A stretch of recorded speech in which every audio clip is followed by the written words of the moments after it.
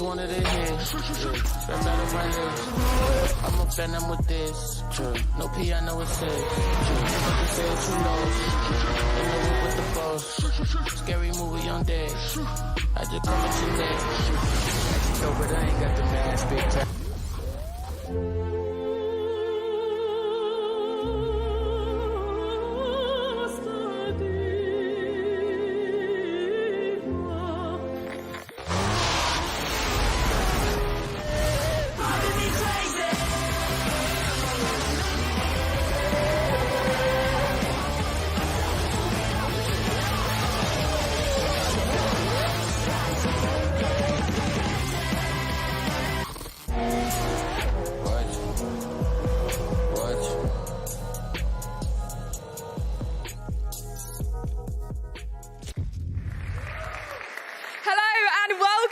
This is it. We're here in Milton Keynes, and today we're making history. 20 years ago, Dietrich Mateschitz rewrote the script of motorsports with a team that's become the forever rebels of Formula One.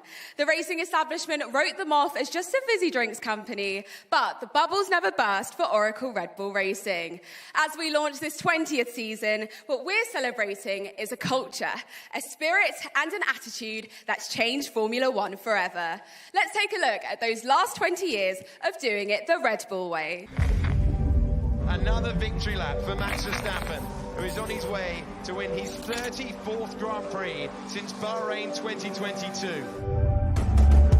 Red Bull have a different way of operating with the emphasis on people being themselves. When we come together as a team, we like to feel unstoppable and let people know where we stand. Do something that no one else has done before. Makes us feel like a family. Welcome to my world, the world of Red Bull.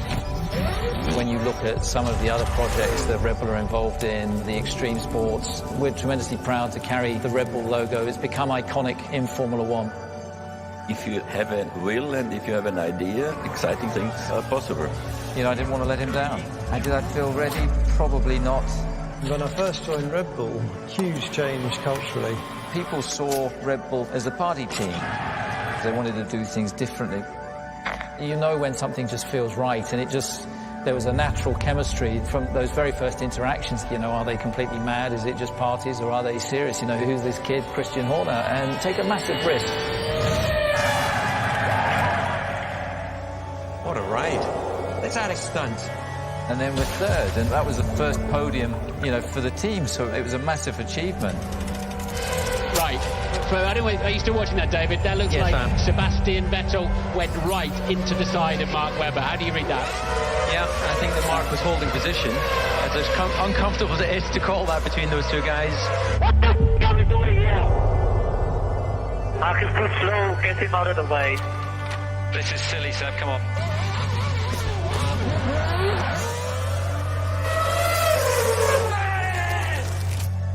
Sebastian Vettel, you are the world champion! Thank you, boy! Unbelievable!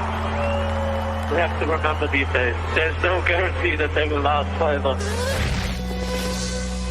Gonna get it while you can? Yeah! Well, I need a drink.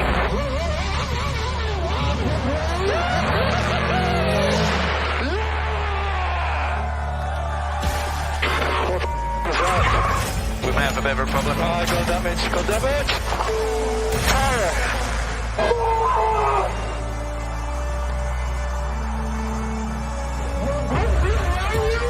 Wants to put himself in a great position. Put him down after that one. This is how we do it, man. We shut them out and we work hard. This is the Mexican way. And for the first time ever, a Mexican driver on the podium in his home race. Got him blind. Checo is the legend.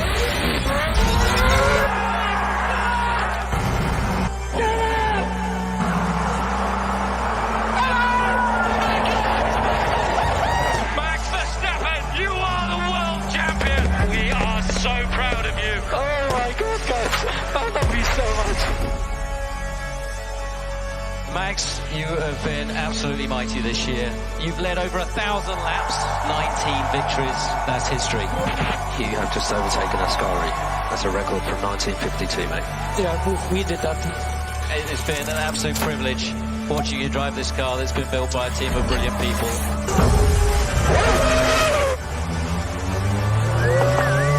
Max Verstappen wins 19 Grand Prix in a single season. Literally ludicrous domination. You got built a rocket ship of the car.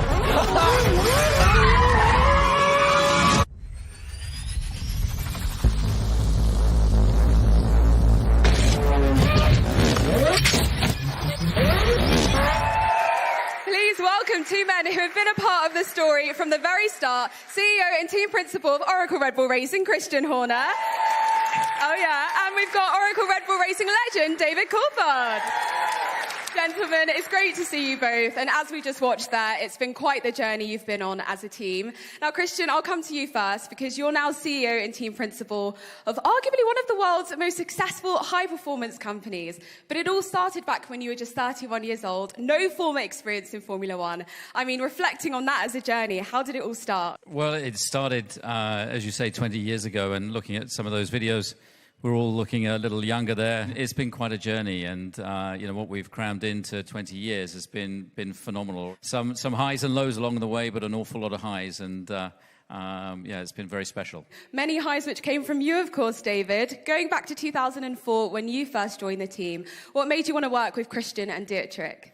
Well, I'd known Christian, actually, from Lower Motorsports. I'd seen what he'd done with his Arden Racing team. But the team that was formerly here, I'd already decided I wasn't going to race for them because I just didn't believe in the future investment. But when I met with Mr. Mateschitz, it was absolutely clear this was more than just a branding exercise. This was an absolute commitment. And in that very first meeting, he said, our goal is to win the World Championship. And it really took me back because I'm thinking, we haven't even got to the first race. Never mind got about building a team that can compete against, you know, your Ferraris and the likes. But his vision, his commitment, Christian's leadership, along with all of the great technical men and women that have been part of this journey, has just been incredible. So when we started, it was a few hundred people in one factory down at the bottom of this road. Now we've got the whole campus and, what, 1,500 people or so employed? And counting, yeah. Such an incredible journey. And of course, it was clear from the off that you guys meant business because in your first race, sorry, Jaguar, to throw you in here, but in the first race, they scored more points than Jaguar had in the entire previous season, just saying. And then shortly thereafter, of course, this happened. So talk us through that moment where you got your first podium with Red Bull. Yeah, well, Monaco is a circuit that I always went well, so I was confident that even though we were still a developing team, that there was an opportunity on a track like that to get a result. So I was convinced we were capable of making it certainly into some good point-scoring position. But a podium, of course, is a landmark for the team. Look, I mean, it was the first trophy, and it sits very proudly in our cabinet. You know, and you know, David was such an important part of the early part of Red Bull Racing, and again, here we are 20 years with him still associated and working with the brand. Absolutely. And so would you say that that was the moment that you really felt you'd arrived as a team? I think it was an important moment because, you know, that trophy represented, you know, what was to come. And it also represented that we were prepared to do things a little differently. Seeing David standing on a podium in front of Prince Albert in a Superman cape on Red Bull's first podium just showed that, you know, we were doing it differently. We were doing it the Red Bull way. Yeah, I think it's important to mention, actually, at that time, Formula One was quite a closed shop. You didn't go into the other teams. It was very much, you know, each team was its own entity. Red Bull opened the door to the paddock and said the other teams were welcome. And at first you could see other team members sort of nervously walking up into the energy station thinking, is something going to happen? And then over time, it just changed the whole philosophy of Formula One. And the paddock is a much friendlier place because of it. Absolutely. And I know you credit a lot of this down to team culture. How important would you say that is in terms of success? It's everything. The men and women here in Milton Keynes, all the people behind the scenes. It's out of these industrial buildings that we've created some of the most incredible cars over the last 19 seasons. And the late nights, the hours, the sacrifices that are made. It is a culture. It's a very inclusive culture. It's a team culture. For me, Formula One is the biggest team sport in the world, and without the people, you have nothing. And it's the people who are your single biggest asset. Absolutely. Now, we've spoken a lot about teammates and we've heard just how important the team is. So why don't we hear from some of the people who have all played their part in these very special 20 years? Trying to hide your disappointment better than that, honestly. Sake, what are we doing here? This line of questionings is appalling. We done? Yes. Let's get those in. There are rebels and characters throughout. There's so many of them. I mean, you can start with Vache. He's got a few Pink Panther moves at some parties that I've seen in action. Yeah, for sure. Well, certainly Adrian, he does like a party. I've seen him have a good time on quite a few occasions. I can be a party animal. I don't think I'm the chief party animal. I can think of a lot bigger protagonists. He looks like a university professor, but get a Red Bull inside him, he just takes off. It's great. Everybody feels like they can be a part of this team, so it's not like a separate them and us thing at all in Red Bull. It's like we're all a family and a team together. It has to be fun. You have to enjoy what you're doing. It's not a 9-to-5 job in Formula One. It's a competition, it's a sport, and it's fantastic to see as we travel around the world the amount of support that the team enjoys in every country that we go to. Keep it raw. Very quickly, we established a culture, and a culture that was inclusive, that, that we were there to operate as a race team.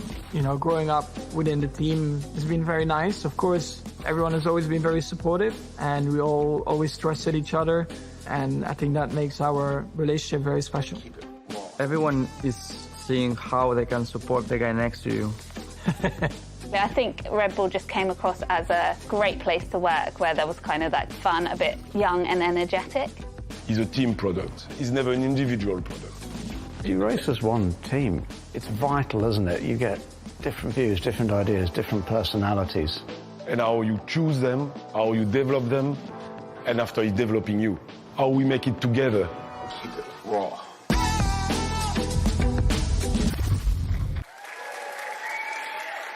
We are now joined by Group Chief Technology Officer of Oracle Red Bull Racing, aka the GOAT of F1 engineering. Please give it up for Adrian Newey.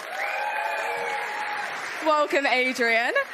So, as you've seen, we've been going through the journey of everyone, and I want to start off with you. Going back to 2004, you already had 2 decades of experience designing championship-winning cars, both for teams which David drove for. So I have to ask you, was it a bit of a bromance going on that brought you to Red Bull?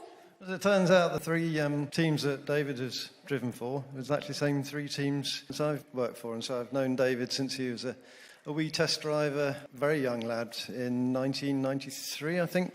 He then moved to McLaren. I moved to McLaren a year after. He moved to Red Bull. And then really from there, things developed. And how excited were you, David, when you found out that Adrian was joining the team?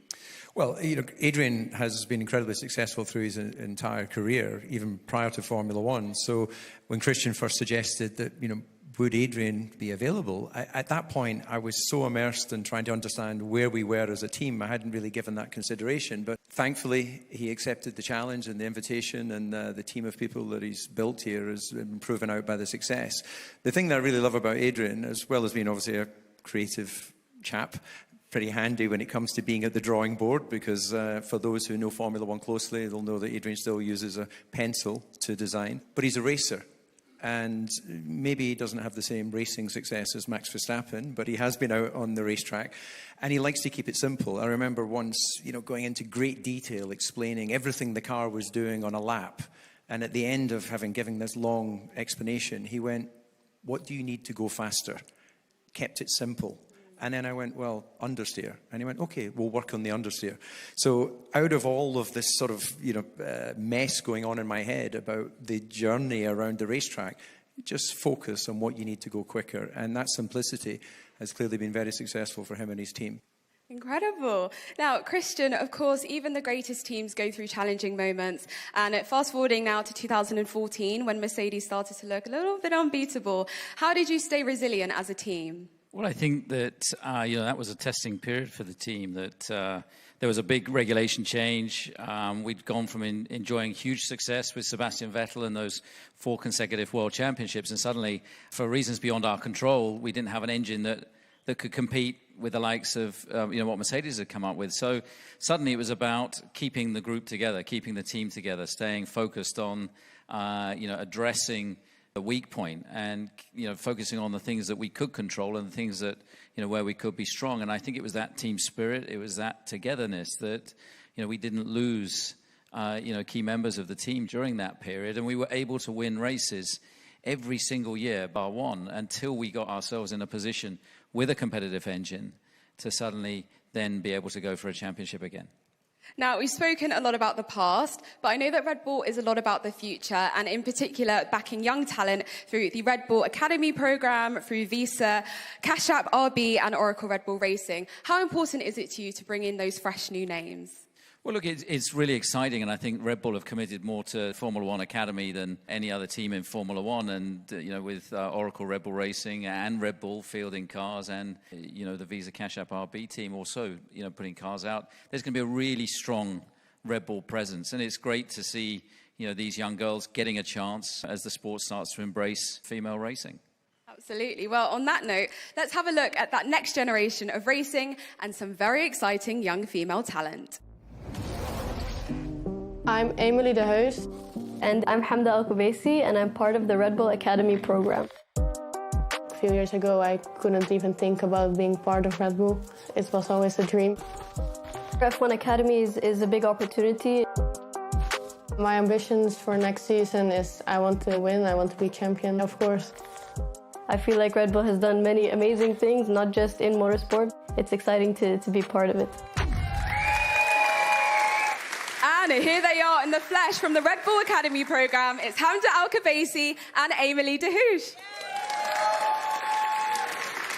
All right, so Hamda, I'll come to you first, as you'll be driving for F1 Academy for Red Bull Racing. Tell us a bit about your journey into motorsport and how this program is helping you with the next level of your career. Yeah, I got into karting when I was 12 years old, and I fell in love with the sport immediately. And from there, we moved up the ladder into F4 and finally into F1 Academy last year. We ended the season very strong in the top 3. And now I'm part of the Red Bull family and couldn't be more grateful about this opportunity. Super excited. And Emily, what does it mean to you to be a part of the Red Bull family, and what was your journey into motorsport like? Well, I started karting when I was 9 years old at the local karting track. And in 2021, I started to go in Formula cars. And last year I did F1 Academy and I won my first race in Barcelona. And this year I'm part of the Red Bull family and I'm really proud of that. Absolutely, you should be. It's an incredible achievement that you've both done. So Christian, looking at this, seeing the amazing young talent, how special does it feel to know that Red Bull are offering these incredible opportunities?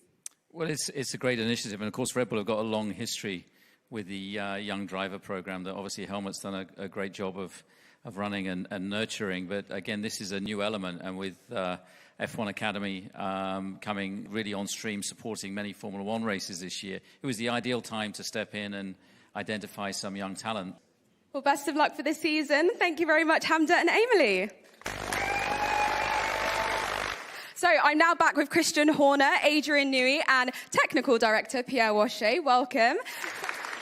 So now we are getting closer to that big reveal of the RB20. But before we do that, let's just take a moment to reflect on the RB19 because, I mean, it was a record-breaking car, such an incredible machine. So, Adrian, it'd be great if you could take us back to the drawing board. The 19 really was very much an evolution of the RB18 of 22.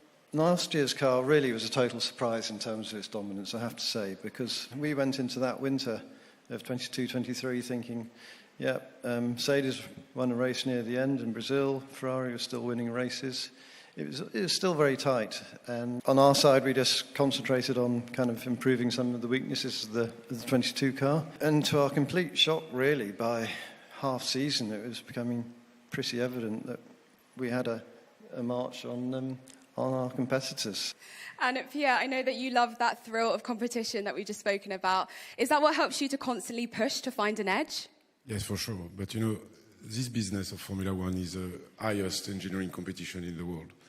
But to have this success, you know, you need to have all departments in our business to be competing with the other team. Then the competition is at each level, and for sure is making the motivation great. And Christian, what brief did you give these guys before they were designing? Well, look, that's not up to me, but the 23 car was really an update of the 22 car, and operationally, I think Max was insane the way that he drove last year. So to have achieved all of those records, 22 victories, 19 for Max, to have achieved first and second in the Drivers' Championship, something we'd never done before. 15 straight victories in a row, breaking McLaren's record from 1988. As the guys say, it's down to the people, and you need everybody in every department doing their bit to achieve those kind of results. It was a magical year. What's the changes for this year's car? You have to keep pushing. We've made some improvements to the car in all areas, mechanical, vehicle dynamics and aerodynamics. Is that enough? Who knows? We shall have to see. Watch this space. And Pierre, do you feel the same way? Yeah, we feel the same way. We try to identify where we can gain performance on the car, try to also understand where our weakness for the driver, and after it's just an evolution of what we did in the previous year. Well, gentlemen, thank you so much. It's great to hear your insights. And now we've made it to that moment that we've all been waiting for, the big reveal. It's your first sight of a car that's going to be making fresh Red Bull history. So get ready for this. It's time to meet the RB20.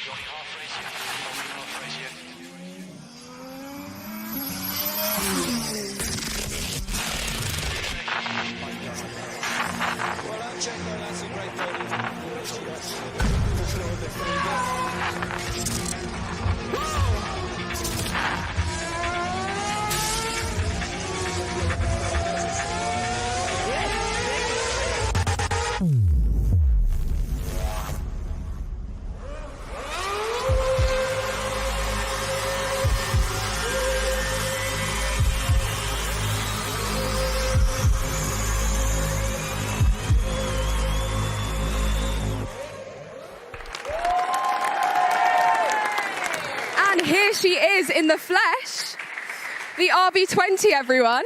Joining us are the two drivers who will be behind the wheel of this beauty. Please welcome three-time and reigning world champion Max Verstappen and Mexico's mighty Minister of Defense, Checo Perez.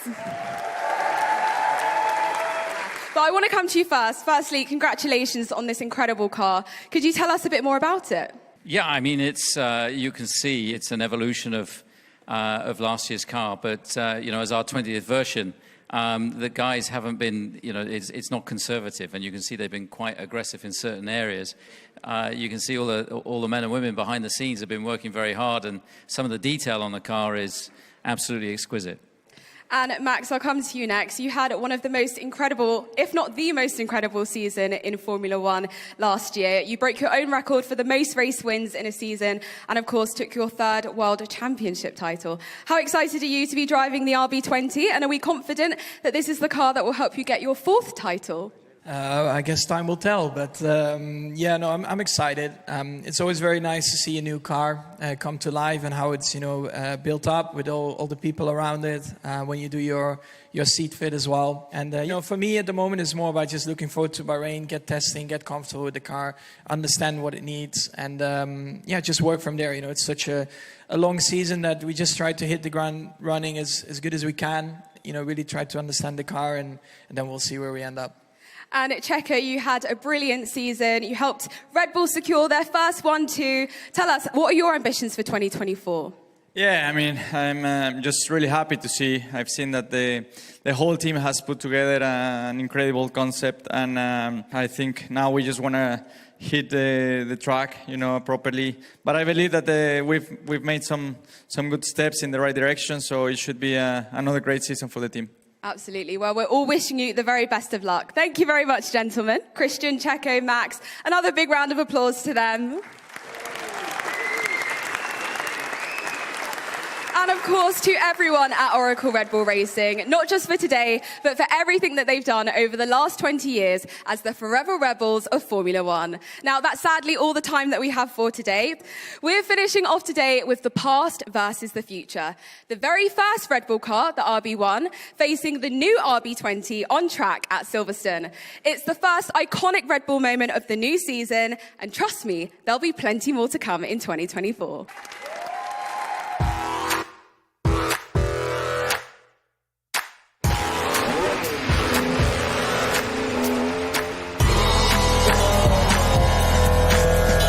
This is where it all started, Christian. Yeah. The golden oldie. Yeah.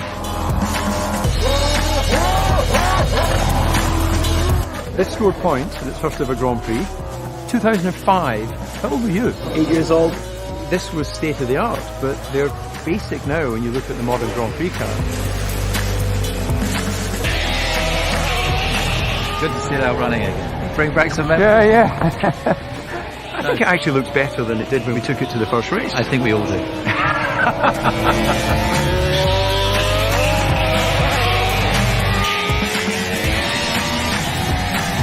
From RB1 to RB20, all the best for the year ahead.